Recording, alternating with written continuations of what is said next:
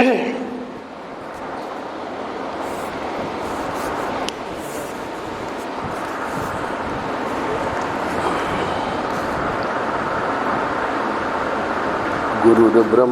गुरुर्विष्णु गुरुर्देवो महेश्वरः गुरुः साक्षात् परं ब्रह्म तस्मै श्री गुरवे नमः। नारायण नारायण नारायण नारायण। 15 अगस्त आनंद रस रत्नाकर, पेज नंबर 228। आज कल और परसों यानी आने वाले कल और परसों ये 3 दिन पुरुषोत्तम योग श्रीमद् भगवद गीता का 15वां अध्याय परम पूज्य महाराज जी के प्रवचन पुरुषोत्तम योग पर हुए और उसी ग्रंथ में से बाद में वो प्रवचन सुन के लिख लिए गए। तो उस ग्रंथ में से आज का भी, कल का भी और परसों का भी ये 3 पृष्ठ क्रम से हम देखेंगे। आज जो है हम तो बस भजन ही करेंगे। आज के पृष्ठ का शीर्षक है हम तो बस भजन ही करेंगे। तो एक महापुरुष के जीवन की घटना महाराज श्री ने सुनाई है, वो हम लोग पढ़ेंगे अभी। तो ये जो थे आगे चल के बहुत प्रसिद्ध भागवत के टीकाकार हुए श्रीधर स्वामी। तो श्रीधर स्वामी का नाम आज भी बड़े आदर के साथ लिया जाता है। संभवतः आज से 500 वर्ष पहले इनका काल रहा। तो बहुत सारी घटनाएं इतिहास में उनका वर्णन मिलता है। तो इनके बारे में जब ये बालक थे तो बिल्कुल कहना चाहिए कि इनको ज्ञान जैसे सामान्य बालक होते हैं वैसा भी ज्ञान नहीं था। वो घटना भी आज बताएंगे महाराज। तो मानो कि महामूर्ख थे।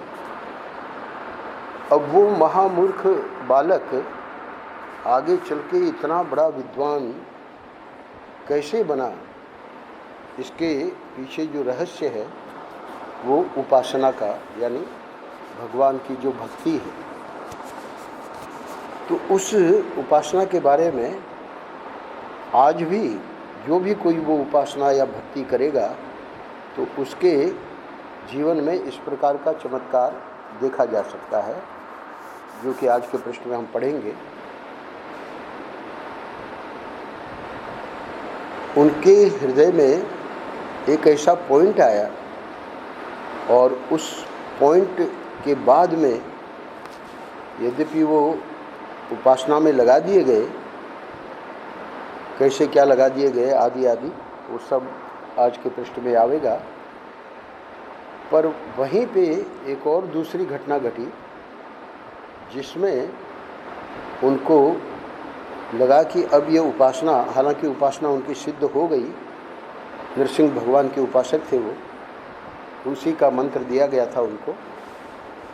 तो उनको ये लगा कि अब तो हम किसी से कुछ भी नहीं मांगेंगे, हम तो बस भजन करेंगे।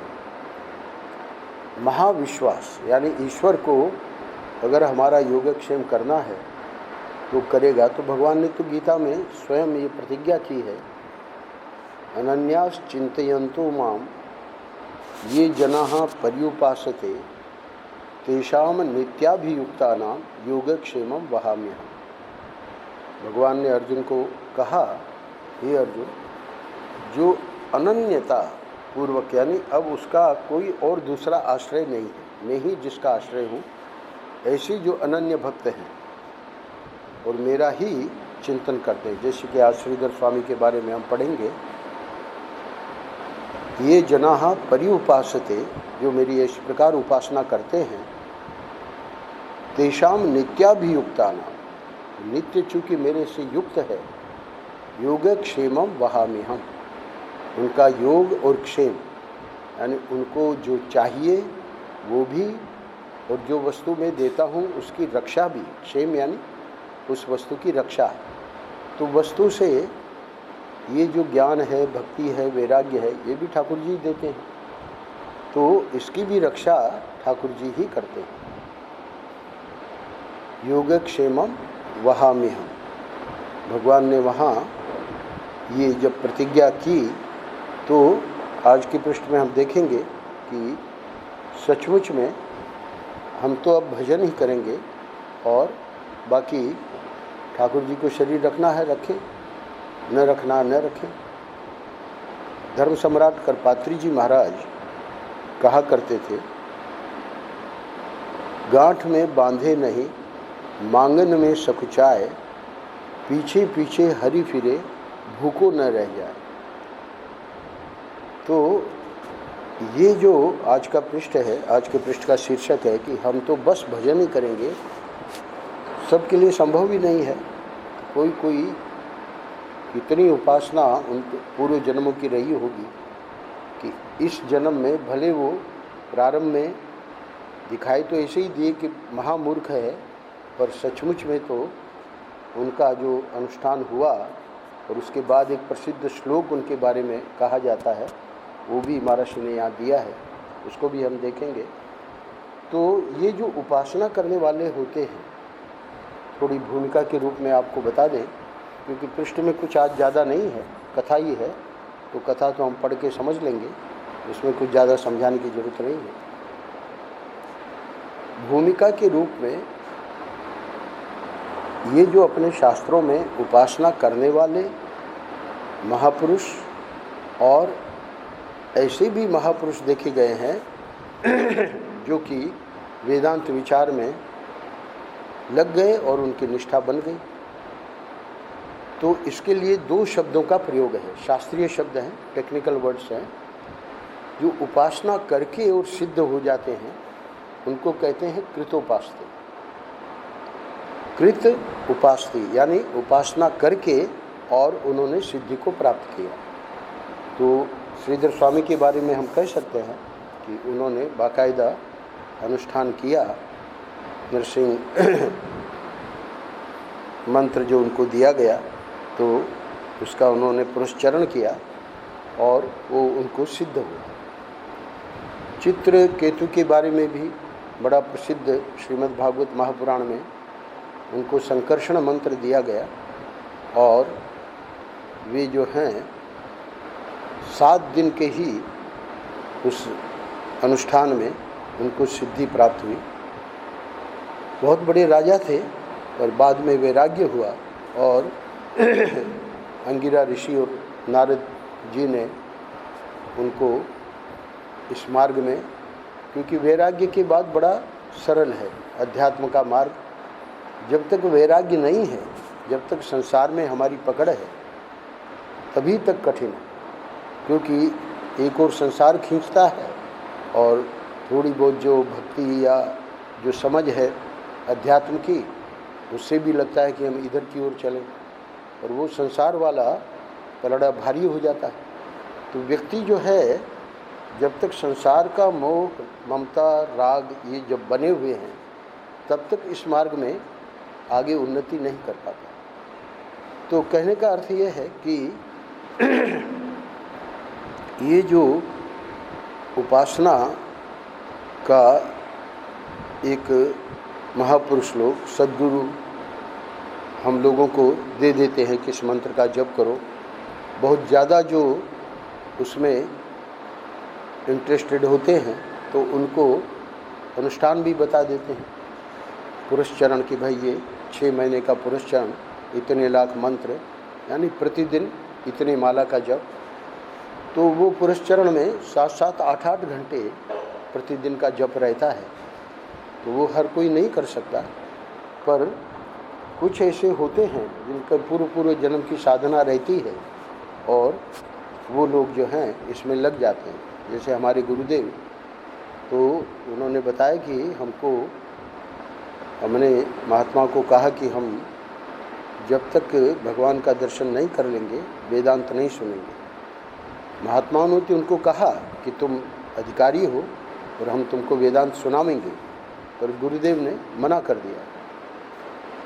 तब फिर स्वामी योगानंद जी करके, जिनके मार्गदर्शन में वो अपनी साधना कर रहे थे, तो उन्होंने पहले गायत्री का पुरस्चरण करवाया, और गायत्री के पुरस्चरण के बाद 24 लाख मंत्र का पुरस्चरण होता है।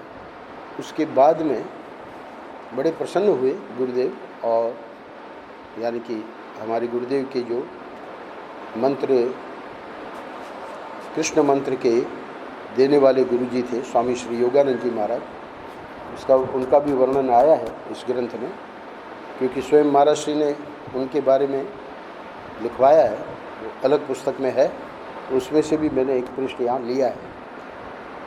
तो योगानंद जी ने जो 6 महीने का उपासना के लिए, पुरस्चरण के लिए कि तुमको भगवान का दर्शन होगा, इस मंत्र का तुम जप करो, तो हमारे गुरु जी कहा करते थे कि हम प्रतिदिन 8-8 घंटे, ताकि वो संख्या पूरी हो जाए 6 महीने में, तो इतनी माला कर लेंगे तो 6 महीने में ये पूरा हो जाएगा।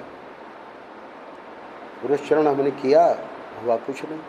हम गुरु जी के पास गए तो हमारे गुरुदेव कहा करते थे कि उन्होंने, योगानंद जी महाराज ने कहा कि 4 गुना, कलयुग में 4 गुना जब ये अनुष्ठान होवे तब जाके सिद्धि प्राप्त होती है। यानी तुम्हारी जो इच्छा है ठाकुर जी के दर्शन की, गुरु जी ने कहा कि हमने दूसरा किया, तीसरा किया, चौथा जब कर रहे थे तो स्वाभाविक है कि व्यक्ति जब इतना कुछ कर रहा है कुछ तो आभास होना चाहिए। वो कहा करते थे कि जागृत की बात तो छोड़ो, स्वप्न में भी ठाकुर जी ने दर्शन नहीं दिए। अभी बाकी था कुछ समय चौथे पुरस्चरण को पूरा होने में, तो सुनाते हैं कि एक दिन हम अपनी कुटिया में, गांव में, बनारस के पास गांव है महरैया, वो कुटिया तो अब हटा दी गई है, पक्का बना दिया, पर वो जब कुटिया थी तब हम गए थे, तो उस कुटिया का भी दर्शन किया था जहाँ गुरुदेव को भगवान के दर्शन हुए। बोले हम बैठे थे और मन में कुछ ऐसे विचार आ रहे थे कि अब इससे ज़्यादा तो नहीं हो सकता, जो हम कर रहे हैं इतना किया है और अब तक परिणाम कुछ नहीं हुआ। तो उसके पूर्व भी एक जो घटना घटी उससे और ज़्यादा निराशा हुई, तो इसलिए बैठे बैठे और एकदम बोले कि हमको रोना आ गया, अश्रुपात होने लगा।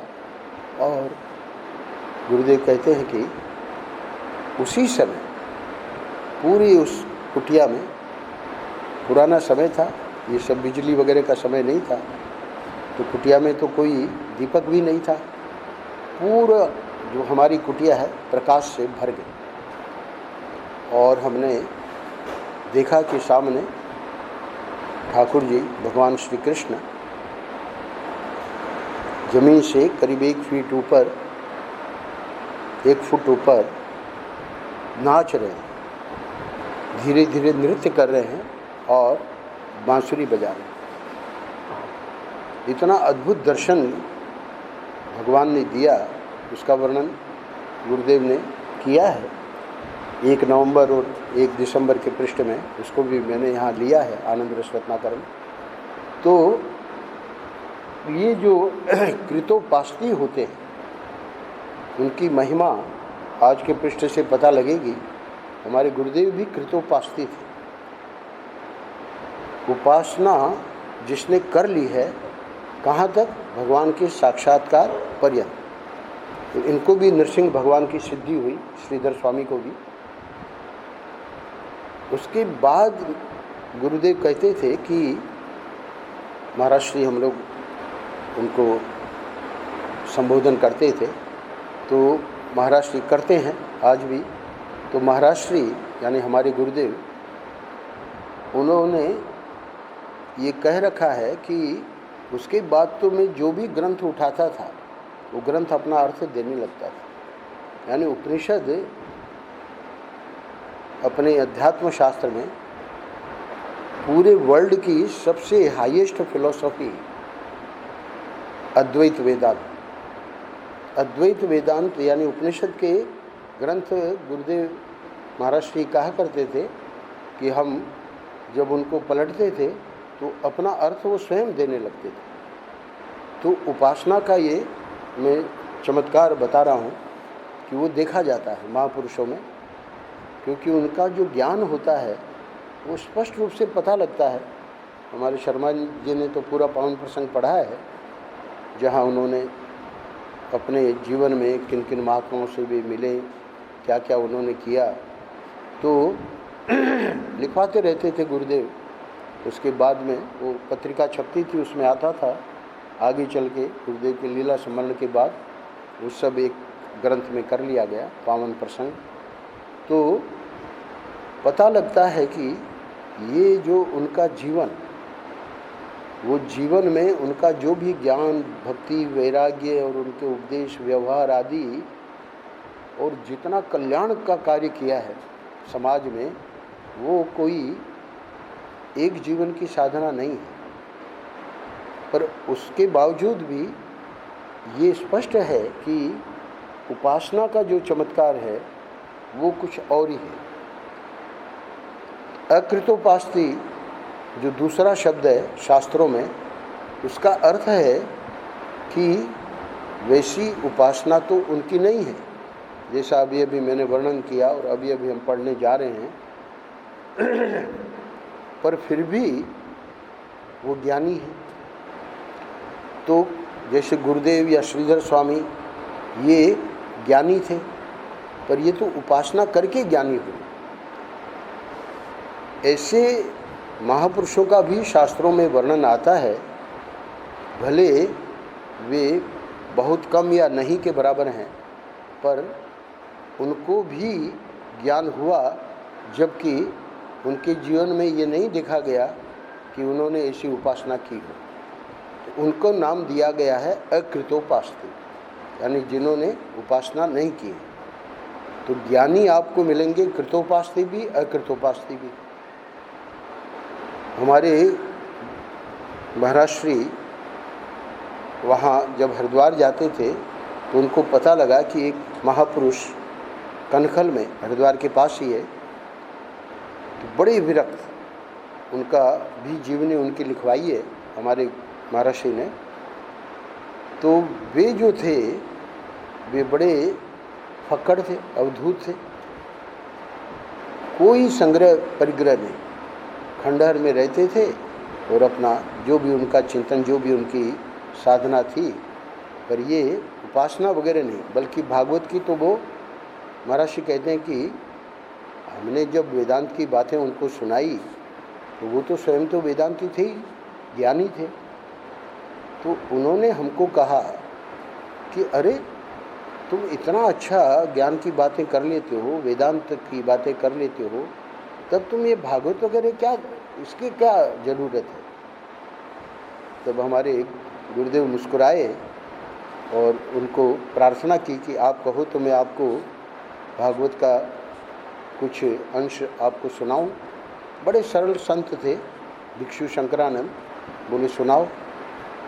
क्योंकि उनका वेदांत का, हमारे गुरुदेव का ज्ञान देखकर उनको बड़ा आश्चर्य हुआ कि ऐसा ज्ञान वाला व्यक्ति भागवत में लगा हुआ है। उनका ये मानना था, वो स्वयं कृतोपास्ती नहीं थे भिक्षु शंकरानंद, तो बल्कि भागवत का उपहास करते थे। जब गुरुदेव ने, महाराज श्री ने जब उनको भागवत सुनाई, तब उन्होंने खुद आश्चर्य किया और कहा महाराज श्री को कि हमको तो पता ही नहीं था कि ये सब नाच गान, उनका कहने का अर्थ रास पंचाध्यायी वगैरह लिखने वाले व्यास जी ने उसमें भागवत में इतना ज्ञान भर दिया है। क्योंकि एकादश स्कंद, सप्तम स्कंद जो महर्षि ने उनको सुनाए, तो स्वाभाविक है वो तो स्वयं ज्ञानी थे, तो उनको पता लगा कि ये उपहास का ग्रंथ नहीं है। श्रीमद् भागवत महापुराण जितना आदर ब्रह्म सूत्र का, उपनिषदों का, गीता का है, उससे भी ज़्यादा भागवत का आदर है हमारे अध्यात्म में। क्योंकि व्यास जी ने समाधि भाषा में इसको लिखा है, तो कोई साधारण ग्रंथ नहीं है। आज का समय छोड़ दीजिए, गली गली में भागवत के वक्ता हो गए हैं, पर वो विषय अलग है, उससे हमको कोई लेना देना नहीं है। भागवत के विद्वान श्रीधर स्वामी ने स्वयं टीका लिखी, तो आज हम देखेंगे अंत में उनके बारे में एक श्लोक है। चैतन्य महाप्रभु को जब कहा गया कि आप क्यों नहीं भागवत पर लिख रहे हैं, उन्होंने यही कहा कि स्वामी ने लिख दिया है, अब कोई लिखने की जरूरत नहीं। स्वामी यानी श्रीधर स्वामी। तो चैतन्य महाप्रभु के पूर्व के इनका काल है श्रीधर स्वामी का, तो इतना इनका वैशिष्ट्य था। तो कृतोपास्ति और अकृतोपास्ति, तो महर्षि ने अपने गर्भ स्तुति के प्रवचन में इन दोनों के बारे में बताया है। यह स्पष्ट है कि परिच्छिन्न से राग द्वेष कम होगा। परिच्छिन्न यानी जो छोटी छोटी चीज़ें संसार की वस्तुओं में हमारा राग द्वेष है या होता है, उससे जब कम होगा, यानी जब वैराग्य आवेगा जीवन में, तब अपरिच्छिन्न पर यानी परमात्मा पर दृष्टि जाएगी। युगपत एक साथ अगर कोई कहे कि हम परिच्छिन्न को पकड़े रहें और परमात्मा का साक्षात्कार हो जाए, तो नहीं होगा। यानी वैराग्य तो अनिवार्य है। तो नेति नेति के द्वारा ये जो संसार है उसका निषेध करना पड़ता है, तो वो विषय अलग है वेदांत का। पर यहाँ जो बात सुनानी है वो यही है कि अब जो वैराग्य में कमज़ोर होते हैं, निषेध नहीं कर पाते, यानी उनके राग द्वेष प्रयत्न करने पर भी शिथिल नहीं होते, बल्कि उतने ही दृढ़ हैं, तो महर्षि कहते हैं कि अब इस निषेध में जो कमज़ोर होते हैं वे कृतोपास्ति होकर, माने ईश्वर का आश्रय लेकर इस परिच्छिन्नता को छोड़ते हैं। क्या अर्थ हुआ? यानी हमारे महर्षि गृहस्थ थे। अब स्वाभाविक है कि जब इधर अध्यात्म में रुचि हुई तो भरा पूरा परिवार है। अब वहाँ से त्याग होना, वैराग्य होना, तो ये बुद्धि से नहीं होगा। तो महात्मा लोग क्या करते हैं, मंत्र दे देते हैं। तो अब इस निषेध में जो कमज़ोर होते हैं, स्वाभाविक है जब राग और इस प्रकार का हमारा जो है जीवन रहेगा, जैसे गृहस्थ लोग हैं, तो वे कृतोपास्ति होकर, माने ईश्वर का आश्रय लेकर इस परिच्छिन्नता को, यानी संसार में जो राग मोह ममता आदि है उसको छोड़ते हैं। और जिनकी दृष्टि स्वच्छ होती है, यानी जन्म से ही जिनका किसी में राग नहीं, दृष्टि में स्वातंत्र्य होता है, वे अकृतोपास्ति होने पर भी प्रपंच के राग द्वेष को छोड़ सकते हैं। तो इस प्रकार दो प्रकार के लोग हो गए। इसी से ज्ञानियों के दो भेद माने गए हैं, एक कृतोपास्ति और एक दूसरे अकृतोपास्ति। भिक्षु शंकरानंद जी जो थे, 10-11 साल की उम्र में उनका जीवनी लिखवाई है महर्षि ने, छोड़ के घर इधर हरिद्वार आ गए। तो ये कृतोपास्ति नहीं थे, परंतु इनकी दृष्टि जन्म से ही स्वच्छ थी और दृष्टि में स्वातंत्र्य होता है। दृष्टि में स्वातंत्र्य का अर्थ कोई पराधीनता पाली ही नहीं, गृहस्थाश्रम में गए ही नहीं। तो वे अकृतोपास्ति होने पर भी प्रपंच के राग द्वेष को छोड़ सकते हैं। इसी से ज्ञानियों के दो भेद माने गए हैं, एक कृतोपास्ति और दूसरे अकृतोपास्ति। अकृतोपास्ति को अगर ज्ञान न हो जाता तो ज्ञानियों के दो भेद माने ही नहीं जाते। यानी अकृतोपास्ति को भी ज्ञान हो जाता है, पर जैसे वो भागवत का उपहास वगैरह करते थे तो वो ठीक नहीं था। तो ठाकुर जी ने महाराष्ट्री को वहाँ पहुँचाया ताकि वो ऐसा न करे। देखिए उन्होंने बंद कर दिया। जैसे ही पता लगा कि भागवत जो मैं समझ रहा था ऐसा ग्रंथ नहीं है, भागवत में तो पूरा ज्ञान भरा हुआ है। तो आज का प्रसंग देखें हम तो बस भजन ही करेंगे। बहुत सरल है, इसमें कुछ समझाने की ज़रूरत नहीं है। जो हमको भूमिका के रूप में बताना था वो हमने बता दिया। विजयनगर के महाराज एक दिन छत पर अपने मंत्री के साथ घूम रहे थे। इनका जो मंत्री था वो भी ब्राह्मण था, बड़ा विद्वान था। मंत्री बड़ा बुद्धिमान था। परस्पर ये बात हो रही थी आपस में, मंत्री और राजा के बीच में, कि ईश्वर की उपासना से असंभव भी संभव हो जाता है। कौन कह रहा था? मंत्री। किसको? राजा को। इतने में नीचे से अब ये दोनों तो छत पर थे और देख रहे हैं, राजा की दृष्टि गई श्रीधर स्वामी इनका नाम बाद में पड़ा, स्वामी बाद में जुड़ गया। ये तो बालक के रूप में श्रीधर ही थे।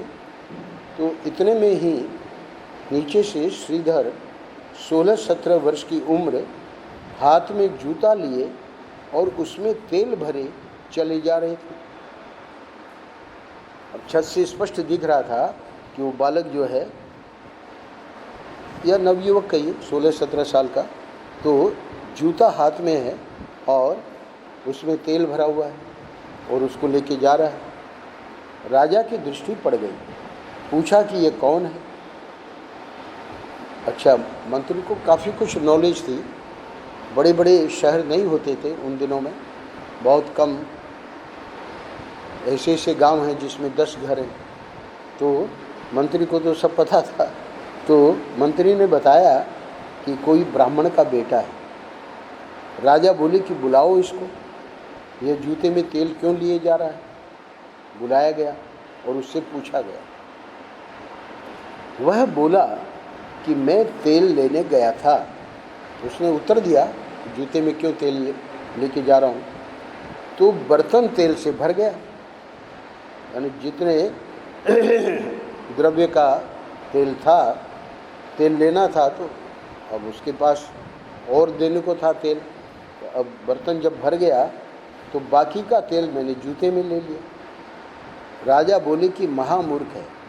अच्छा, दोनों की चर्चा क्या चल रही थी छत पे, कि उपासना क्या असंभव को संभव कर सकती है? तो मंत्री ने कहा कि हाँ, कर सकती है। तो मंत्री से पूछा कि अच्छा, ईश्वर की उपासना में ऐसी शक्ति है कि यह मूर्ख से विद्वान हो जाए? प्रश्न किया राजा ने कि क्या ये मूर्ख से विद्वान हो सकता है? मंत्री ने कहा कि हाँ, उपासना से संभव है। राजा बोले कि अच्छा, इसको विद्वान बनाओ। मंत्री ने नृसिंह तापनी उपनिषद में वर्णित भगवान नृसिंह के मंत्र का उन्हें उपदेश किया और श्रीधर स्वामी उसका अनुष्ठान करने लगे। राज्य की ओर से उनके माता पिता के भरण पोषण की सारी व्यवस्था कर दी गई। अब दूसरी घटना क्या है? एक दिन वे अनुष्ठान कर रहे थे। उसी समय उन्होंने देखा कि ऊपर यानी आले होते हैं गांव में, तो पक्षी के घोंसले में से एक अंडा नीचे गिरा और फूट गया। उसमें से एक नन्हा सा बच्चा निकल पड़ा, लेकिन वह मरा नहीं। अब ये अपना अनुष्ठान कर रहे हैं और देख रहे हैं कि वो जो बच्चा है जो कि मरा नहीं, अब उसका मुंह बच्चे का कभी खुले कभी बंद हो, भूखा प्यासा। कौन उसको भोजन पानी दे? लंबी लंबी सांस ले।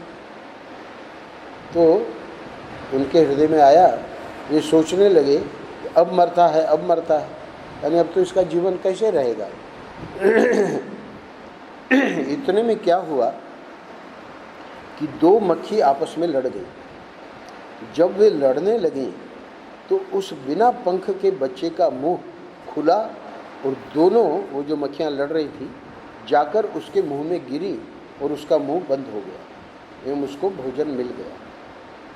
श्रीधर स्वामी चौंक पड़े और सोचने लगे, अरे इसके तो पंख नहीं है, माँ नहीं है, उस समय माँ वहाँ नहीं थी, और इसके मुंह में ये खुराक कहाँ से आए? इन दोनों मक्खियों को किसने लड़ाया? यह ईश्वर की लीला है। अब देखिए उनके मन में क्या विचार आता है। फिर मुझे माँ बाप के भोजन की क्या फिक्र, अपने भोजन की क्या फिक्र, हम तो बस भजन ही करेंगे। जिसने इसको भोजन दिया है वही हमको भोजन देगा। उसके बाद उनका अनुष्ठान पूरा हुआ। नृसिंह भगवान प्रसन्न हुए। इष्ट प्रसाद से, इष्ट यानी नृसिंह उनके इष्ट थे, नृसिंह भगवान के प्रसाद से, उनकी प्रसन्नता से, उनकी कृपा से उनको श्रीमद् भागवत का संपूर्ण ज्ञान प्राप्त हो। बहुत प्रसिद्ध श्लोक है उनके बारे में। व्यासो वेति शुको वेति राजा वेति न वेति वा श्रीधर सकलम वेति श्री नृसिंह प्रसादत। अपने आश्रम में 2009 में यानी आज से 10 साल पहले एक बहुत अच्छे वृंदावन के भागवत के वक्ता हैं श्री राजा राम जी, बहुत बड़े विद्वान हैं संस्कृत के और भागवत पढ़ाते हैं वृंदावन में। धानुका जी के वो जो पुरुषोत्तम धानुका के पुत्र वो तो चले गए, ओम प्रकाश धानुका, तो उनका भागवत विद्यालय है तो वहाँ प्रतिदिन भागवत पढ़ाते हैं। तो 2009 में उनको प्रार्थना की गई कि प्रत्येक श्लोक पर श्रीधर स्वामी का संस्कृत में टीका है। संस्कृत तो सब लोग नहीं समझते, तो आप उसको 18,000 श्लोक है तो हम लोगों की इच्छा है कि आप ये भागवत पर श्रीधर टीका उस पर प्रवचन आप करें। 3 वर्ष लगे, 2011 में पूरा हुआ। उन्होंने पूरा 18,000 श्लोकों का श्रीधर स्वामी का वो पूरा रिकॉर्ड हुआ। यानी जो रुचि रखते हैं तो आज भी वो ले जाते हैं और सुनते हैं। तो ये श्लोक में क्या कह रहे हैं कि श्रीमद् भागवत का ठीक ठीक अभिप्राय भगवान व्यास जानते हैं। व्यासो वेत्ति निश्चित रूप से, और सुखदेव जी जानते हैं, शुको वेत्ति। राजा परीक्षित समझते हैं कि नहीं, इसमें संदेह है। राजा वेत्ति न वेत्ति वा, संदेह क्यों है? क्योंकि राजा तो बेचारा कोई ऐसा था नहीं कि वो तो कोई विद्वान था। ये तो व्यास जी और श्रीधर अपने क्या नाम सुखदेव जी, ये तो जन्मजात जो हैं भगवान के अवतार हैं। तो इसमें तो संदेह है कि राजा को ज्ञान हुआ कि नहीं हुआ, लेकिन खैर वो मुक्त हुआ, इसमें तो कोई शंका नहीं है। तो भागवत का ज्ञान होना दूसरी बात है, लेकिन श्रीधर स्वामी की प्रशंसा सूचक ये श्लोक है। लेकिन नृसिंह भगवान की कृपा से श्रीधराचार्य, श्रीधर स्वामी भी इनको कहते हैं, श्रीधराचार्य भी इनको कहते हैं आदर के साथ, श्रीमद् भागवत के अभिप्राय को संपूर्ण समझते हैं। इसलिए उनकी टीका के बाद चैतन्य महाप्रभु ने कोई टीका नहीं लिखी, बोली इसकी ज़रूरत ही नहीं, स्वामी ने लिख दिया है। तो आज के पृष्ठ में हमने देखा कि उपासना का क्या चमत्कार होता है। यानी कहना चाह रहे हैं हमारा श्री कि उपासना करनी चाहिए, जैसी भी बने अपने से, क्योंकि इसी उपासना से फिर धीरे धीरे संसार से वैराग्य होगा, है ना। और ऐसे ही अपना जीवन जो हम व्यर्थ कर रहे हैं, बड़ा दुर्लभ है मनुष्य जीवन, तो उसको ये सब मोबाइल और इसमें देखते देखते काट देंगे तो ये तो व्यर्थ का है। अनादि जन्मों से विषयों में हम लोग लगे हुए हैं। अब ये जो दुर्लभ मनुष्य शरीर और उसके बाद ऐसा सत्संग और इस प्रकार का वातावरण, ठाकुर श्री गिरधर गोपाल, राधा गिरधर गोपाल का सानिध्य, तो इसका पूरा उपयोग करें, ये भाव आज के पृष्ठ में। नारायण नारायण नारायण। श्री राम।